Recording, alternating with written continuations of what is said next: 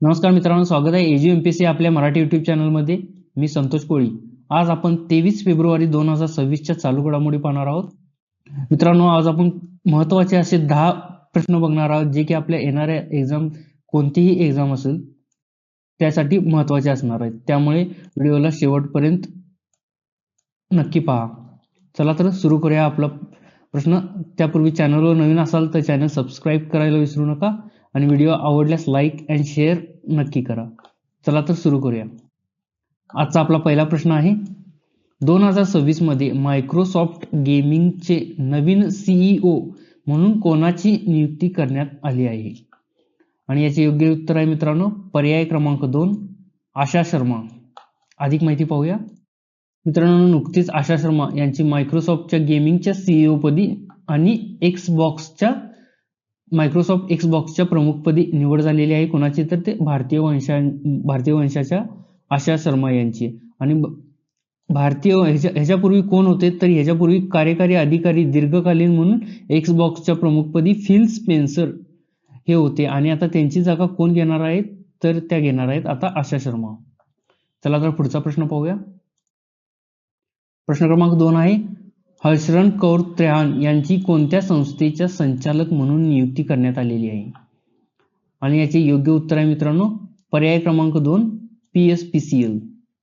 अधिक माहिती जाणूया. मित्रांनो, नुकतंच हर्षरण कौर त्रेहान यांची PSPLच्या पहिल्या महिला टेक्नोक्रॉफ्ट संचालक बनलेले आहेत. कोण?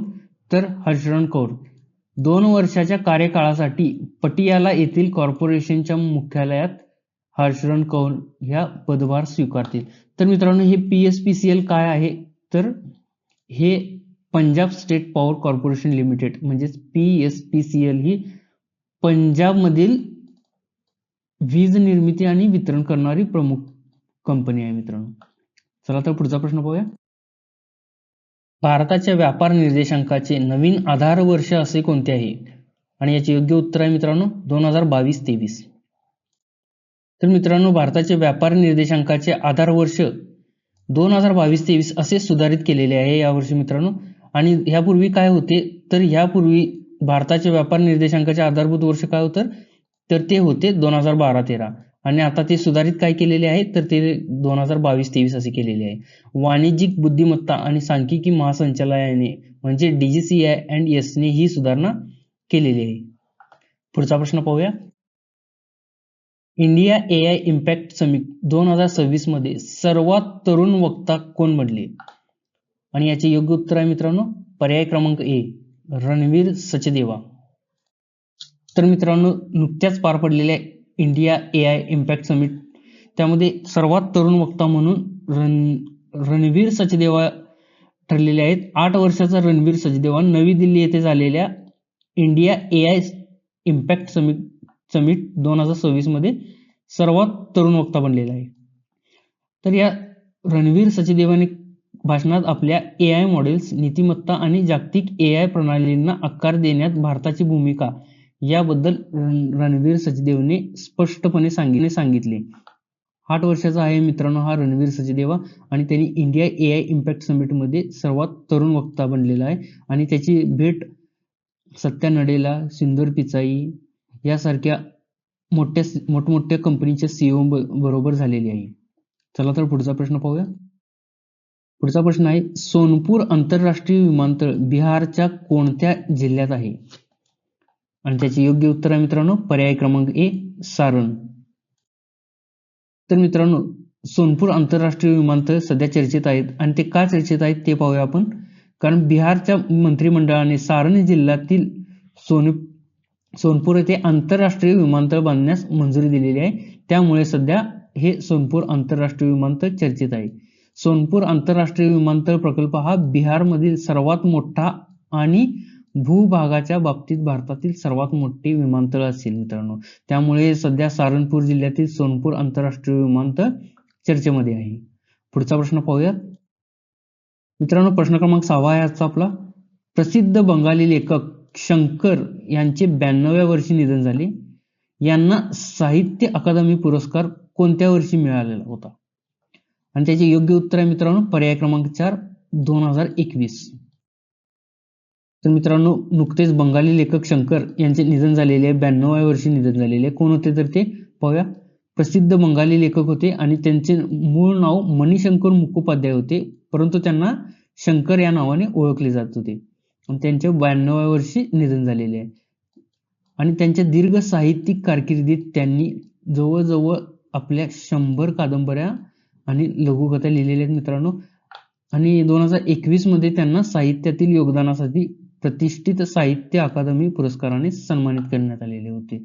तर मित्रांनो, शंकर यांना साहित्य अकादमी पुरस्कार कोणत्या वर्षी मिळालेला तर तो 2021 साली मिळालेला.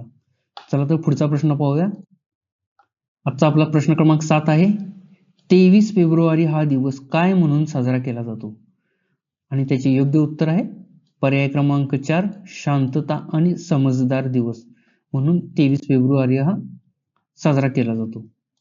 प्रश्न क्रमांक 8 आहे, व्यापक शहरी धोरण स्वीकारणारे भारतातील पहिले राज्य कोणते ठरलेले आहे? तर मित्रांनो, त्याचे योग्य उत्तर आहे पर्याय क्रमांक 3, केरळ. व्यापक शहरी धोरण स्वीकारणारे भारतातील पहिले राज्य मित्रांनो केरळ ठरलेले आहे. त्याबद्दल अधिक माहिती जाणून घेऊया आपण आता. तर मित्रांनो, केरळ हे व्यापक शहरी धोरण स्वीकारणारे भारतातील पहिले राज्य ठरलेले आहे. केरळला 2050 पर्यंत हवामान स्मार्ट शहरे आणि शहरांचे नेटवर्क म्हणून विकसित करण्याचे उद्दिष्ट केरळने ठेवलेले आहे. व्यापक शहरी धोरणामध्ये केरळचे हे मित्रांनो मुख्य उद्दिष्ट आहे. चला तर पुढचा प्रश्न पाहूया.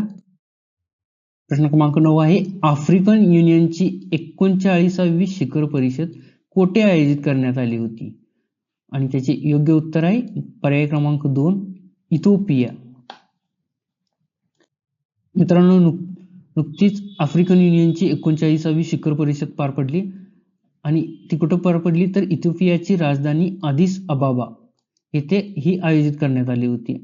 यामध्ये बुरुंडीचे अध्यक्ष एवारिस्ते नडाईशिमिये यांची 2026 या वर्षासाठी आफ्रिकन युनियनचे नवीन अध्यक्ष म्हणून निवड करण्यात आलेली आहे.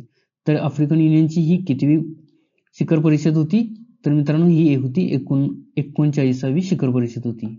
आणि मित्रांनो, हे आफ्रिकन युनियनचे मुख्यालय देखील आहे अदिस अबाबा आणि इथेच ही परिषद पार पडली.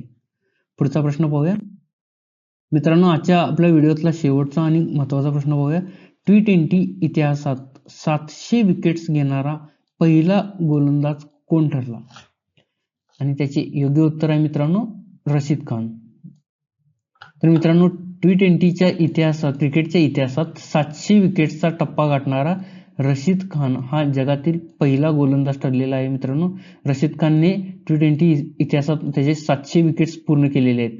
आणि तो कोणत्या देशाकडून खेळतो तर अफगाणिस्तान या देशाकडून खेळतो. अफगाणिस्तानच्या या दिग्गज लेग स्पिनरने UAE विरुद्धच्या सामन्यात हा ऐतिहासिक वर्ल्ड रेकॉर्ड आपल्या नावावर केलेला आहे रशीद खानने. तर मित्रांनो, हे होते आपले आजचे 23 फेब्रुवारी 2026 महत्वाचे असे 10 चालू घडामोडीवरील प्रश्न आणि उत्तर आणि त्याची सविस्तर माहिती देखील आपण या व्हिडिओमध्ये कव्हर केलेली आहे. मित्रांनो, व्हिडिओ आवडल्यास लाईक आणि शेअर नक्की करा आणि आपल्या मित्रांपर्यंत नक्की पोहोचवा. आणि चॅनलवर नवीन असाल तर चॅनल सबस्क्राईब करायला विसरू नका. धन्यवाद.